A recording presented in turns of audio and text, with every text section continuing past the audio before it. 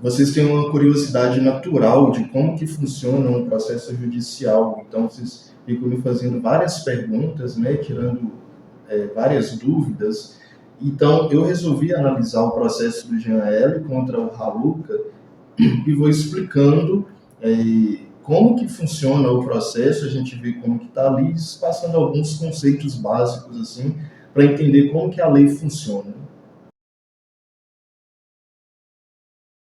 Bom, aqui, isso daqui é uma petição inicial. O que é uma petição inicial? É o documento que o advogado elabora para enviar para o juiz e expor as razões do processo.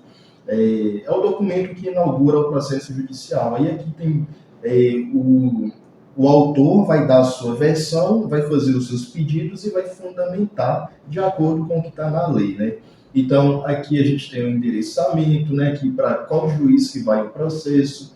Então, o advogado tem que fazer esse endereçamento aqui de forma correta, porque se não fizer de forma correta, o processo pode voltar para corrigir, para fazer um negócio que chama emenda a inicial. É algo técnico. Aí aqui eu tampei, obviamente que eu cobri várias informações aqui, coloquei algumas tags, porque não posso expor algumas informações que são pessoais. Esse processo aqui é público, tá, pessoal?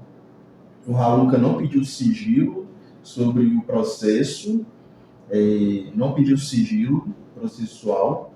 Estou vendo aqui agora que tem algumas informações que talvez eu tenha que ocultar, deixa eu ver. Ah, não, é só o link das redes sociais do Raluca, que são links públicos, né? Isso aqui todo mundo é público.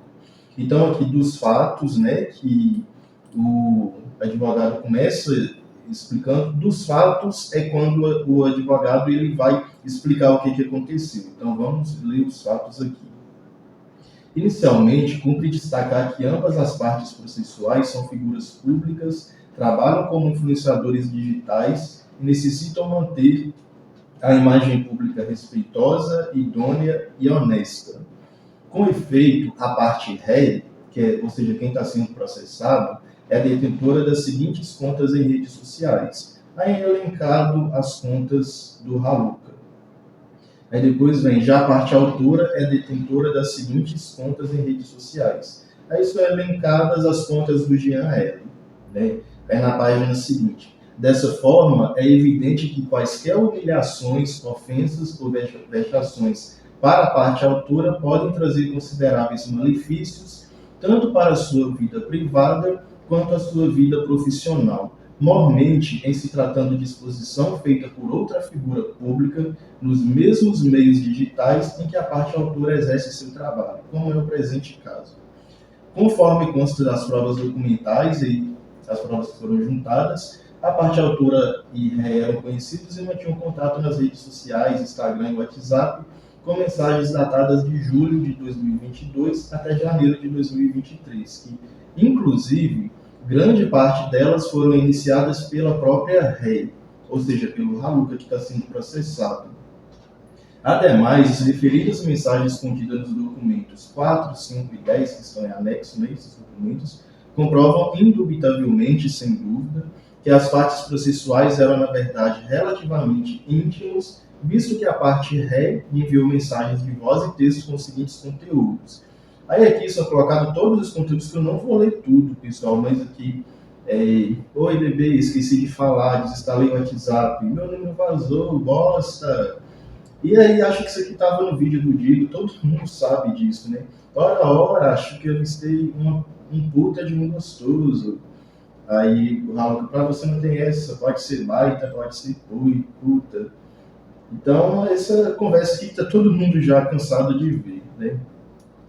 E aí o advogado vem, coloca tudo, aí dos fatos ilícitos perpetrados pela parte ré, né? Aí ele conta aqui no dia que as partes tiveram uma conversa privada entre o autor e ré usando o Discord, né, que é uma plataforma de comunicação por voz e texto, usado por várias pessoas para se comunicar em tempo real.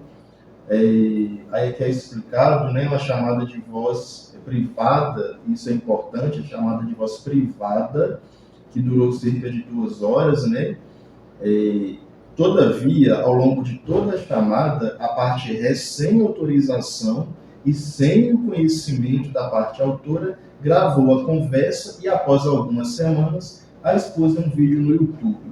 Aí aqui, pessoal, é importante o seguinte, porque gravar a conversa na qual a pessoa está participando ativamente, gravar uma conversa, seja por vídeo, seja por áudio, que a pessoa que está gravando está participando ativamente, não é crime, tá?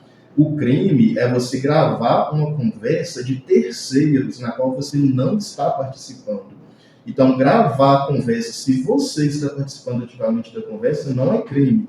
O crime é você expor o conteúdo dessa conversa.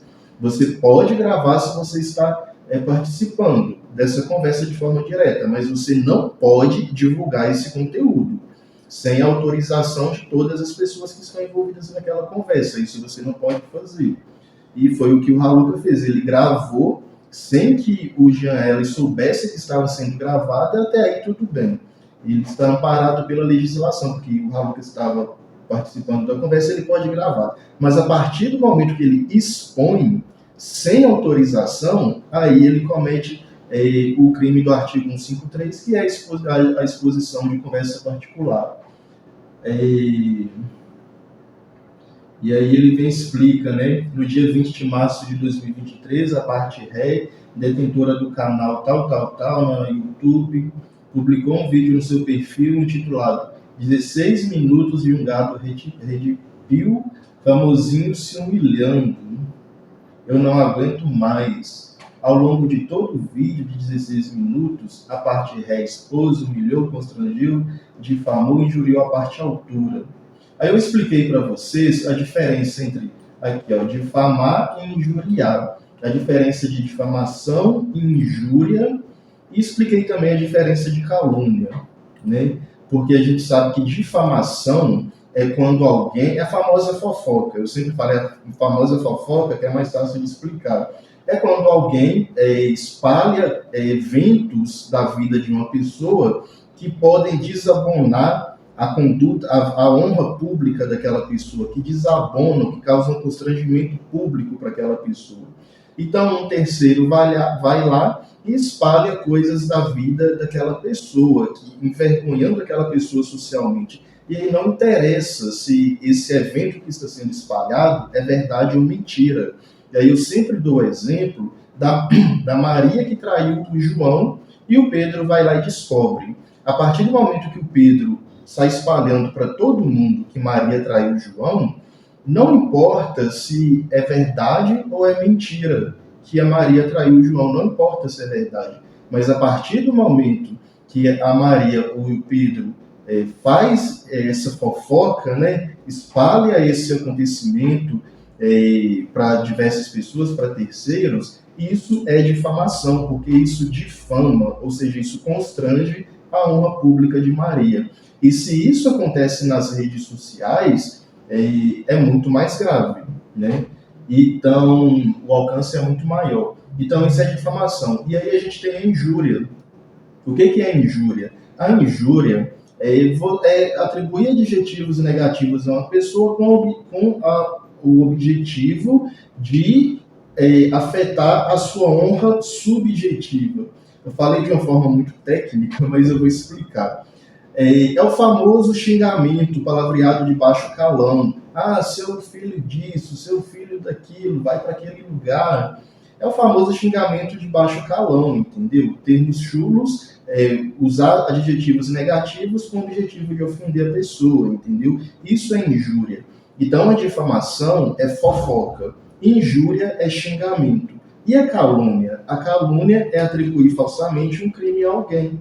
Então, de agora em diante, você vai usar corretamente os termos técnicos, de forma técnica, porque todo mundo acha que calúnia, injúria e difamação é a mesma coisa, e não é. Então, eu sempre brinco da seguinte forma, agora que você sabe os conceitos corretos, quando você estiver ali na discussão com alguém, se a pessoa acusar você de um crime e você é inocente, um crime que você não cometeu, você vai falar, eu vou te processar por calúnia. E se a pessoa está fazendo fofoca, conversa fiada com seu nome, você vai virar para a pessoa e vai falar, eu vou te processar por difamação. E se a pessoa te manda para aquele lugar, aí você vai falar para a pessoa, eu vou te processar por injúria. Então você não vai mais falar, eu vou te processar por calúnia, injúria e difamação, sem saber o que isso significa. Agora que você sabe, você vai usar os termos corretos. Bom, continuando. Dessa forma, gerou uma exposição de uma conversa privada entre eles e ainda, por várias vezes, humilhou, difamou, injuriou a parte autora com expressões como aí ele vem, né? Gato, macaco, cafetão, várias coisas, exposição do nome da parte autora, que expôs, né? O Jean L. Aí teve a questão da repercussão do vídeo, que contava na época desse processo com mais de 140 mil visualizações, né? Resposta ao Raluca, e ele linka ali o vídeo que o Raluca fez em resposta. Não, aí o Jean que gravou o vídeo respondendo ao Raluca, né? Que o autor demonstra de forma profissional e respeitosa o descontentamento com a exposição feita pela parte de rei. Aí ele vem falando que não bastasse, no dia seguinte, a parte ré publicou outro vídeo no canal dela denominado Resposta ao Jean L. O vídeo completo no documento 6. Ou seja, esses vídeos estão juntados no processo, viu? Então, não importa se foram excluídos das redes sociais. E mesmo se já tivessem sido excluídos das redes sociais e não tivesse juntado no processo, existem meios para que o vídeo seja recuperado ali pelas plataformas. Então, o juiz poderia ali oficiar o YouTube, para o YouTube deve ter algum procedimento ali, e para mandasse o vídeo ali para o juízo, para que o juízo fizesse sua avaliação no caso. Então, não adianta excluir vídeo, postagens de rede social achando que vai excluir provas, não vai excluir nada, porque tem meios legais de reaver esse conteúdo mesmo que seja excluído. Aí aqui, né, são elencadas aqui, menosprezou, inferiorizou a sexualidade do autor. Aí ele coloca aqui a questão da sexualidade, que já foi debatido, todo mundo sabe. Respeita a última coisa que tu teve, cabaço. Já deve ser a terceira vez que esse filho da P é o quê? Injúria, que eu expliquei. Pode estar tentando manter cartada LGBT, não é possível uma porra dessa. Ai, isso é o quê? Injúria. Não tem certeza da sexualidade da sua... Isso é injúria. Isso é uma chuva de injúria. Eu analisei o vídeo do Raluca. Vocês procurarem aqui, eu reagi a vários vídeos do Raluca e eu falo que os vídeos dele são uma chuva de injúria, né? E aí ele vem linkando aqui várias coisas, né? Eu estou procurando algo mais técnico aqui para a gente analisar, porque se for só para ler o processo, vocês vão achar um monte de gente aí no YouTube que já está lendo o processo. Então, eu quero mesmo assim, explicar de uma forma mais processual, né? Deixa eu ver se a gente acha alguma coisa aqui. Ao longo disso, das semanas desse conflito, a parte ré também publicou vários vídeos nos stories do seu perfil do Instagram, novamente injuriando o autor, injuriando ao que? Xingando, bem como reconhecendo que expôs no seu canal, bem como que tem o costume de fazer essas exposições, ou seja, condutas reiteradas de constranger as pessoas, constranger socialmente as pessoas, que pode ser enquadrado como difamação, dependendo do que tiver naqueles vídeos, né? E humilhá-los publicamente. Outra prova indubitável que a parte autora planejou manter contato com o autor apenas para gravá-lo e humilhá-lo. Aí aqui a gente está falando do dolo, né? Que aqui ele diz que o Raluca tinha o dolo de gravar a conversa. O que é dolo? Dolo é a vontade de fazer tal coisa. E o que é culpa? Culpa é quando a pessoa faz alguma coisa sem querer. Então, tal conduta é dolosa quando a pessoa quer fazer aquilo, tal conduta é culposa quando a pessoa pratica alguma coisa sem querer. Então, aqui ele está afirmando o dolo do Raluca, que a parte autora planejou manter contato. Aqui ele errou, né? Que a parte autora aqui, na verdade, ele queria dizer que a parte ré. Mas isso é irrelevante.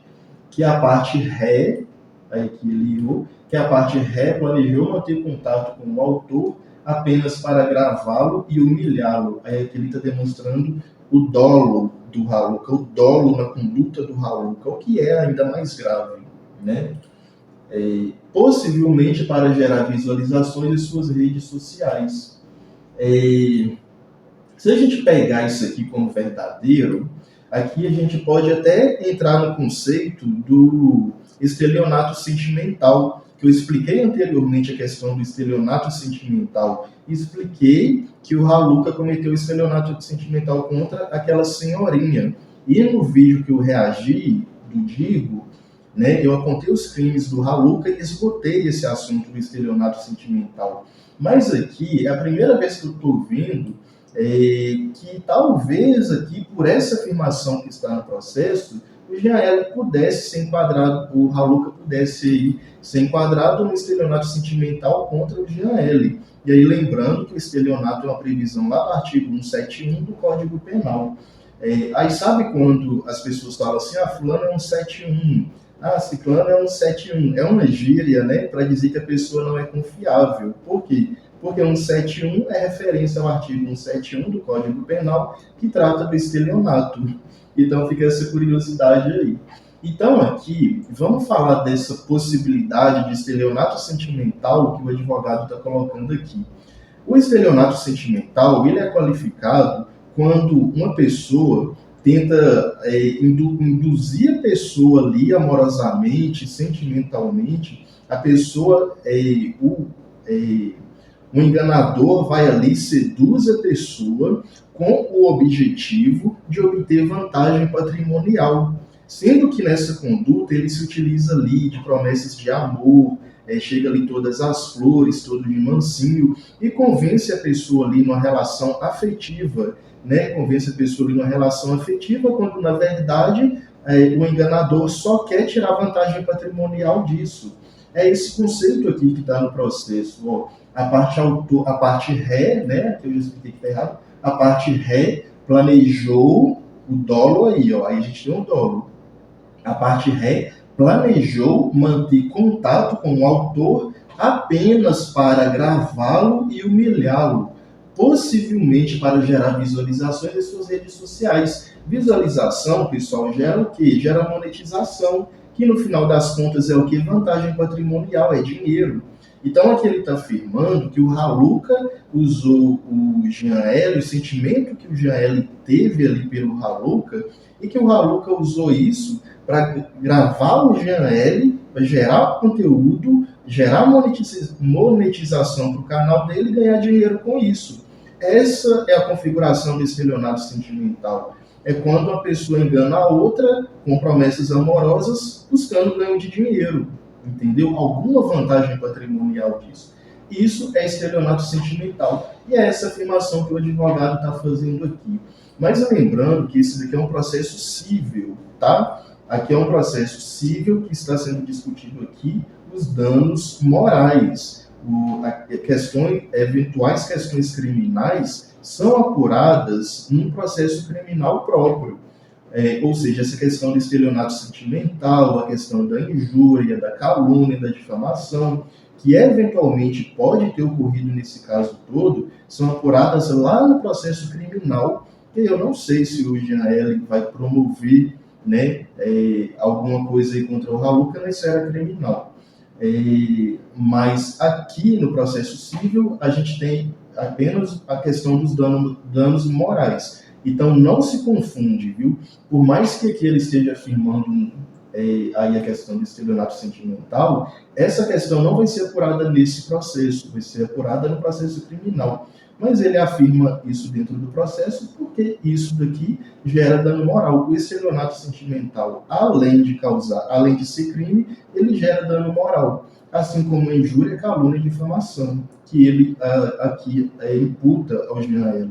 Então, essas questões, além de serem apuradas na esfera criminal, geram dano moral. Então, é por isso que ele está invocando tudo isso que aconteceu e trazendo para esse processo. Para quê? Para pedir os danos morais, que podem ser devidos se a pessoa comprovar que sofreu toda essa situação. E esse processo aqui é para isso. Eventuais questões criminais posteriormente podem ser resolvidas na esfera criminal, que eu não sei se o GL vai buscar esse caminho. Aí continuando aqui, né, aqui a questão do estelionato sentimental que eu já expliquei, né, TikToker maromba que vem se intitula Ridipil, veio flertar comigo. Aqui, ó, essa é uma fala do Raluca. Ó. E o TikToker maromba que se auto-intitula Ridipil veio flertar hard comigo, sem saber que tem um canal no YouTube para trollar pessoas como ele. Aqui o Raluca confessa o seu dolo. Aqui é bem grave pro Raluca. Gravei a cal inteira desse rato se humilhando. Isso daqui o Raluca confessou que ele tinha o dolo, né? Que ele tinha o dolo, e a partir do momento que ele publica, aí fica quase que incontroverso que a afirmação que o advogado fez anteriormente, que o Raluca só ali alimentou a conversa com o GL para gravar ele, né? Com isso que o Raluca falou, acaba prejudicando o Raluca, mas enfim. Aí o advogado ele vem falando aqui, não contente em seu vídeo denominado Resposta ao GNL. Aqui, ó, eu decidi, o Raluca falando, eu decidi que iria dar em cima dele, olha o estelionato sentimental que eu expliquei. Eu decidi que iria dar em cima dele. Aí você pega essa fala com a anterior, eu decidi que iria dar em cima dele, sendo que anteriormente ele falou, gravei a cal inteira desse rato se humilhando. Ou seja, aqui está quase configurado o dolo incontroverso da questão do estelionato sentimental. Mas, como eu disse, eu não sei se o GL vai levar isso para a esfera criminal. Para a esfera civil, ele já trouxe. Para a esfera criminal, a gente não sabe se ele vai promover algo nesse sentido. Aqui eu decidi que iria dar em cima dele, inclusive mandei mensagens para ele falando que eu só iria ir na festa do Paulo por causa dele. Ou seja, mais uma confissão aí. Inclusive mandei um print para o Paulo falando que eu iria zoar o Jean.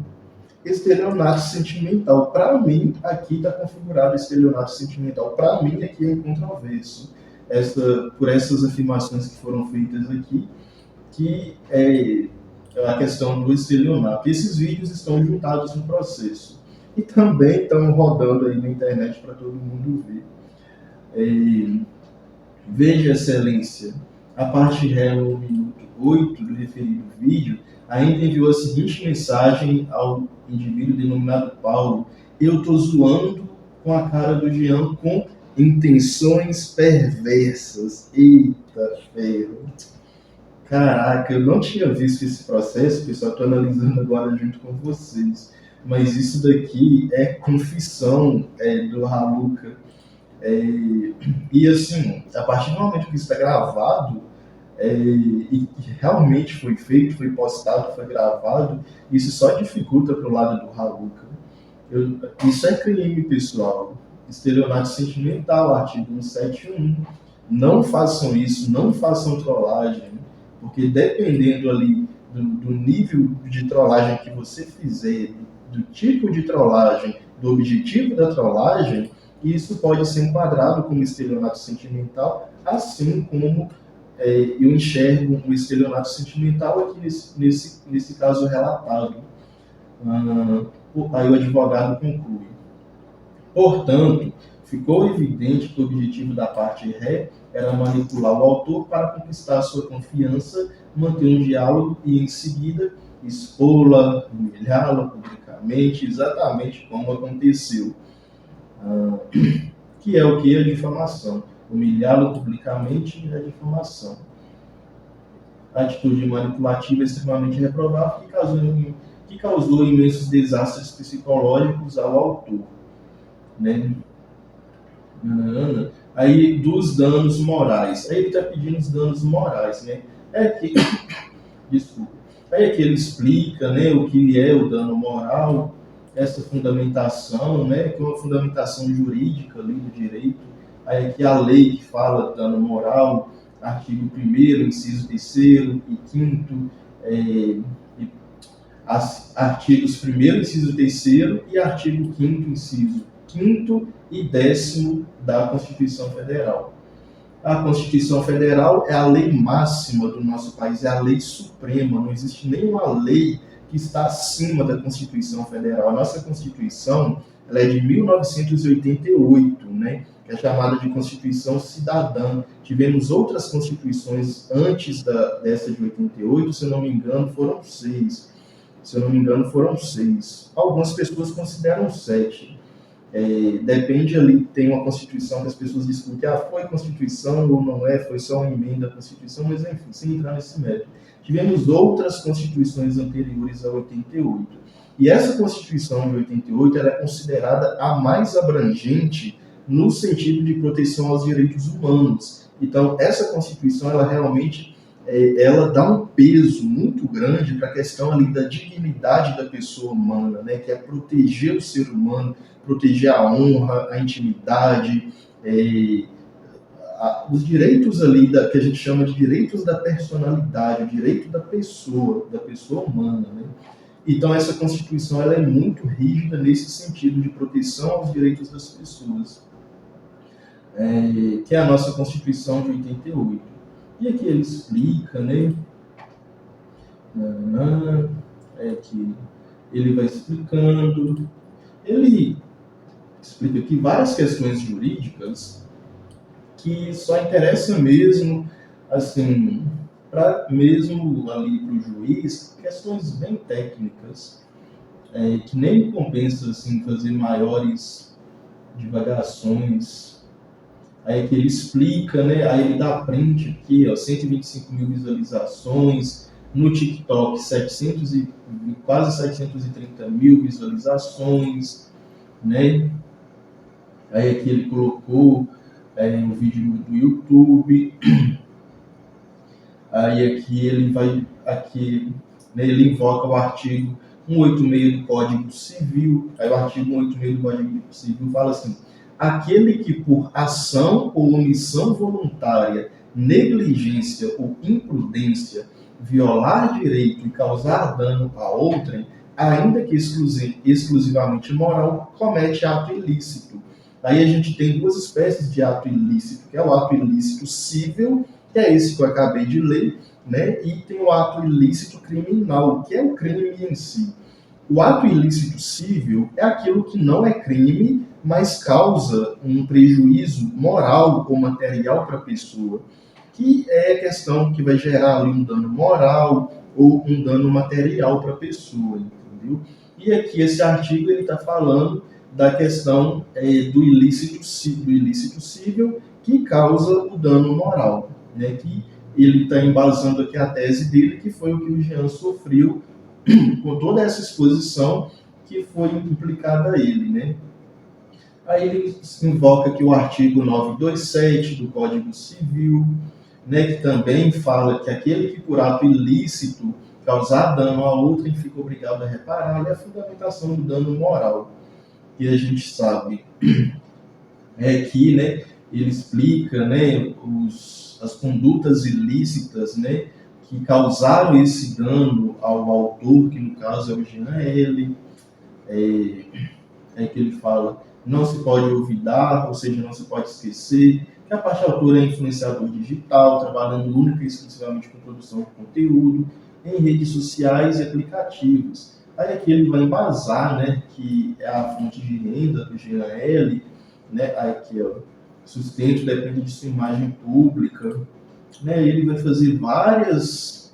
que ele coloca algumas fundamentações de alguns doutrinadores do direito, né, sobre o dano moral.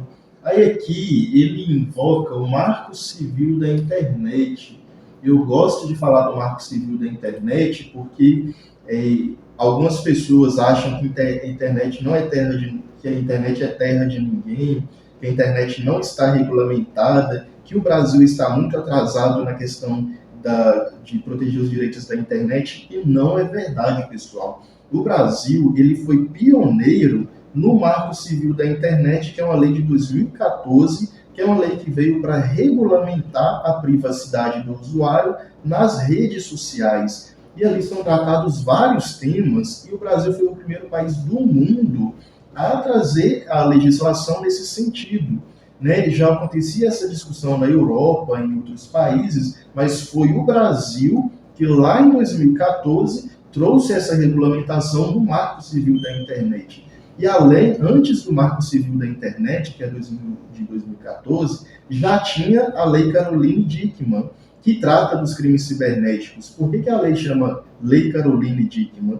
Não sei se vocês se lembram que lá em 2012, a Caroline Dickmann, aquela atriz famosa, né, ela sofreu um ataque hacker no computador dela e teve fotos íntimas vazadas nas redes, né?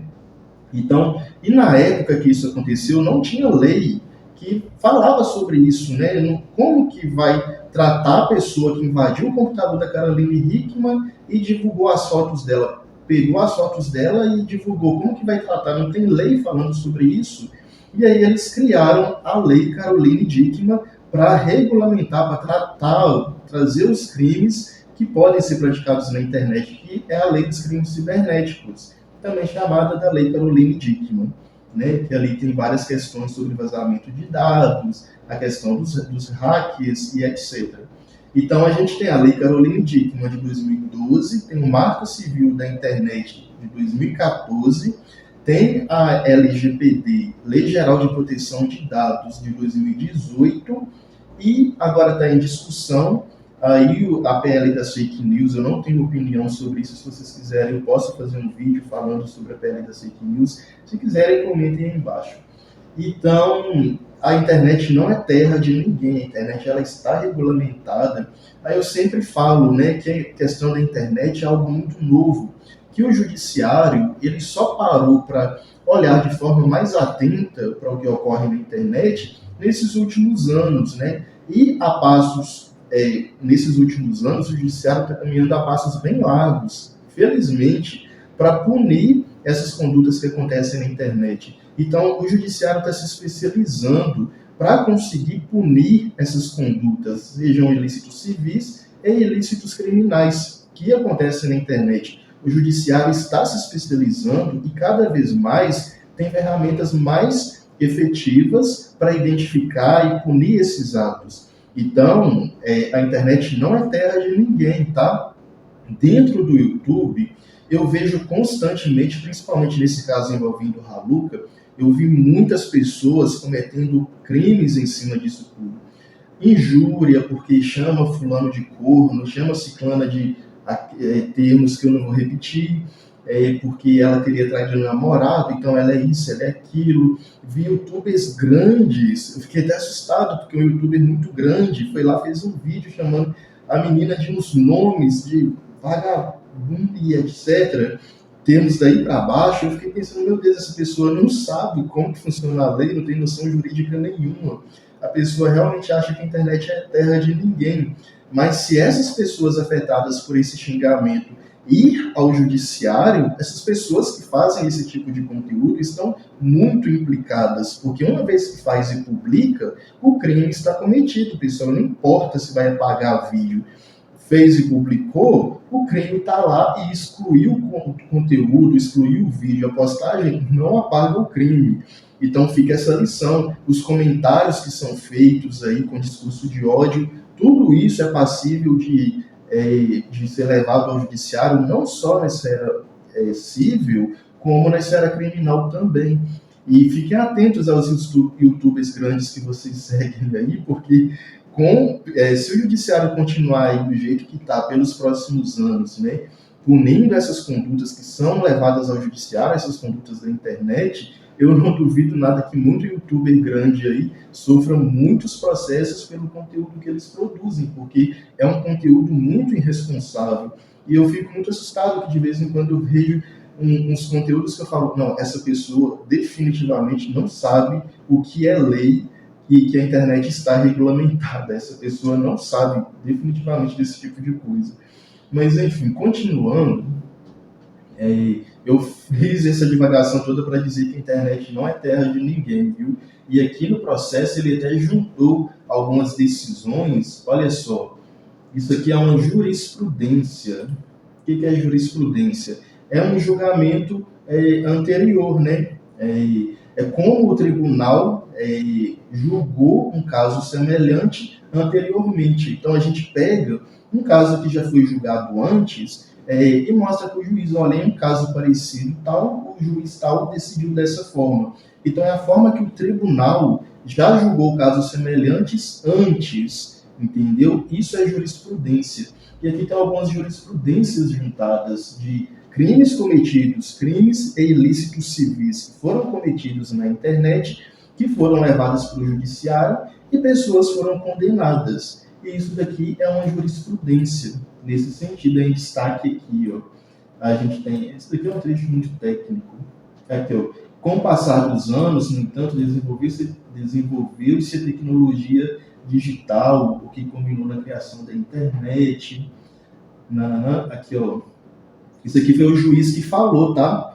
Isso daqui é o trecho da sentença da decisão do juiz. Na verdade, é um acórdão, né? Do STJ, que é o Superior Tribunal de Justiça, que é um julgamento do STJ, Superior Tribunal de Justiça, de 30 de 8 de 2021, portanto, muito recente, para vocês verem como que o judiciário está de olho no que acontece na internet. E essa pessoa desse processo aqui foi condenada, que essa exposição causou danos aos recorridos, restando caracterizado um nexo de causalidade entre o ato ilícito perpetrado e o prejuízo experimentado pelas vítimas, ou seja, a pessoa foi condenada a pagar danos morais. Aqui não fala o valor dos danos morais, mas a pessoa foi condenada. Isso daqui é o acórdão do juiz, é porque sentença é quando o juiz profere a decisão. O acórdão é quando tem recurso. Aí, em recurso, são vários juízes que julgam, aí os vários juízes proferem o acórdão, que é a reunião dos entendimentos ali dos juízes, entendeu? De uma forma muito básica, é isso que é o acórdão. Aí aqui, ó, tem Felipe Neto e Lucas Neto, que processaram, é uma jurisprudência, isso aqui é do processo do Lucas Neto e do Felipe Neto. Aqui, ó, ação indenizatória em face de Hélio Fernandes, não sei quem é Hélio Fernandes, Hélio Fernando Barbosa, não sei quem requer a parte autora a retirada de postagens nas quais teriam sido acusados de pedofilia. Caramba, isso é pesado. Aí nesse processo aqui, 50 mil aqui, ó, para condenar o réu a indenizar os autores por danos morais que fixam em 50 mil reais. Tá vendo aí que internet não é terra de ninguém? Você que fica fazendo posts aí na internet, aí achando que não vai dar nada, olha aí, a condenação de 50 mil reais. Aqui é mais jurisprudência aqui, ó. Aqui 10 mil reais, uma indenização de 10 mil reais. Vamos ver, aqui 3 mil reais. Aqui do Tribunal do Rio de Janeiro, olha, que foi no Rio de Janeiro. 3 mil reais. E aí ele colocou essas jurisprudências para mostrar para o juiz que vai julgar esse caso que nos julgamentos anteriores, os juízes que julgaram condenaram a pessoa que fez a conduta na internet. Aqui, ó, 20 mil reais. Ah, não, esse que eu tinha falado antes dos 3 mil reais, na verdade é o seguinte, o juiz de primeiro grau, ele tinha condenado a indenização de dano moral em 3 mil reais, né? Aqui, indenização em 3 mil reais. Só que o tribunal, aqui, ó, o tribunal teve recurso e o tribunal aumentou de 3 mil para 20 mil reais. Aqui, ó, de 3 mil para 20 mil reais. Deve ser majorado para 3 mil reais. Isso é o julgamento lá do Rio de Janeiro, que é de 2019. Então fica aí o exemplo, né? Fica aí o exemplo para os haters. Enfim, eu sempre falo, pessoal, a internet não é terra de ninguém, tá? Aí ele conclui, dito isso, se ressalta que os danos morais possuem caráter pedagógico, né? Aham. É porque o dano moral ele tem três objetivos, né? Que é o caráter punitivo, pedagógico e o reparador. Ou seja, que é punir a pessoa, reparar o dano na medida do possível, né? E que é compensar a vítima, né? Qual que eu já falei? Pedagógico, reparador e punitivista, que é punir a pessoa que fez aquilo. Então, o dano moral ele é para punir a pessoa que fez aquilo, para garantir que aquilo não se repita mais e para buscar ali a reparação do dano na medida que for possível, entendeu? E aí, enfim, aí aqui ele está pedindo R$ 52.000 de danos morais. Conclusivamente, frisa-se que a capacidade econômica da ré é mais que suficiente para cumprir o valor requerido, pois se trata de uma grande influenciadora digital e que atualmente conta com várias parcerias em sites de apostas e cassinos online. Eu estou preparando um vídeo para falar sobre sites de apostas e cassinos online. Se inscreva no meu canal, porque eu vou explicar como que a lei funciona para esses casos aí.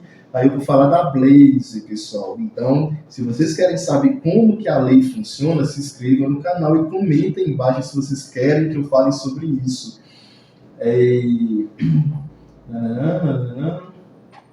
E aí chega no tópico dos pedidos, né, que finaliza a petição inicial. Aí vamos ler os pedidos? Vamos lá. Está pedindo assim: a total procedência da ação, ou seja, procedência é que seja concedido o que a pessoa está pedindo, né? A total procedência da ação para que seja a ré condenada ao pagamento de indenização por danos morais no importe de R$ 52.000. Aí B, a citação da requerida no endereço indicado para responder o processo. Citação é chamar o Raluca oficialmente para responder o processo. Se o Raluca não responder, é aplicado revelia. Revelia é o quê? Se uma pessoa é processada e se essa pessoa não se defende no processo, tudo aquilo que o autor está alegando na petição inicial é tomado como verdadeiro. Porque se é oportunizado à parte ao réu a oportunidade de se defender e ele não se defende, é porque ele concorda com o que foi dito pelo autor, entendeu? Então, o processo é julgado como procedente porque tudo aquilo é tomado como verdadeiro. Mas o Raluca com certeza vai se defender, né? Ele não foi citado no processo, pelo que eu vi, ele não foi citado, ele ainda não recebeu a cartinha do juiz com a citação, informando ele oficialmente do processo. E aqui, ó, tópico C. Seja a ré condenada a realizar retratação pública nos mesmos espaços em que cometeu os atos ilícitos, quais sejam TikTok, YouTube e Instagram. Ou seja, aqui está pedindo a retratação para que o juiz, para que o Raluca seja condenado a se retratar, né, de tudo aquilo que foi falado contra o Janela e que ele seja condenado a se retratar. E aí, chega no processo, né, basicamente é essa a petição inicial. Isso daqui é petição inicial, pessoal. E uma petição inicial bem básica, né, bem simples, porque é um caso, entre aspas, um caso simples, porque aqui é só a questão dos danos morais. E aí eu não vou rolar mais a tela para baixo, porque tem algumas informações pessoais aqui embaixo, questões de documentos que foram juntados, algumas conversas que eu não quero expor, mas basicamente é isso. E o que vai acontecer agora? Vai acontecer que o Raluca vai chamar para se defender nesse processo, vai ser marcada uma audiência de conciliação e as partes vão ali tentar fazer um acordo. Se não der um acordo, aí o Raluca vai ter que se defender. Uma coisa que chama contestação. Ele vai ter que dizer que não concorda com os pedidos do Janela e dizer por que não concorda, mediante o advogado dele. E aí depois, o advogado do Janela vai poder ler a defesa do Raluca, a contestação dele, e impugnar, né, e replicar, fazer a réplica da contestação. Aí depois vai para a audiência, aí tem produção de provas, aí depois tem alegações finais, aí por último vem a sentença. Eu estou falando isso para vocês verem que se isso aqui não der acordo, esse processo vai longe, o processo demora pra caramba. Então, Mas na minha opinião, assim, falando pela minha experiência, acho que isso aqui vai dar acordo, porque é, o advogado que o Raluca pegar ali para defender ele não vai ter muito com o que trabalhar numa tese de defesa, porque foi tudo publicado no YouTube, então o advogado não vai ter nem como elaborar uma tese de defesa para dizer que não aconteceu, porque está no YouTube, foi publicado e está publicado no YouTube, o dossiê parte 1, parte 2, parte 3, então vai ficar difícil do advogado defender aqui. Então, o que eu enxergo aqui é fazer um acordo, mas aí vai de cada advogado, vai da estratégia de cada advogado, entendeu? Mas, enfim, tudo que eu falei aqui, pessoal, assim, a minha intenção aqui foi analisar o processo de forma técnica, né? Eu não tenho posicionamento, não quis aqui ficar do lado do Janelle, do lado do Raluca, nada disso, só estou trazendo conceito, analisando o processo, trazendo esses conceitos técnicos para vocês, né? Para mostrar como que a lei funciona. Comentem aí embaixo se vocês gostaram e me peçam, deixem sugestões para fazer outros vídeos com outros temas, se vocês quiserem. Espero que vocês tenham gostado do conteúdo. Se gostaram, se inscreva no meu canal.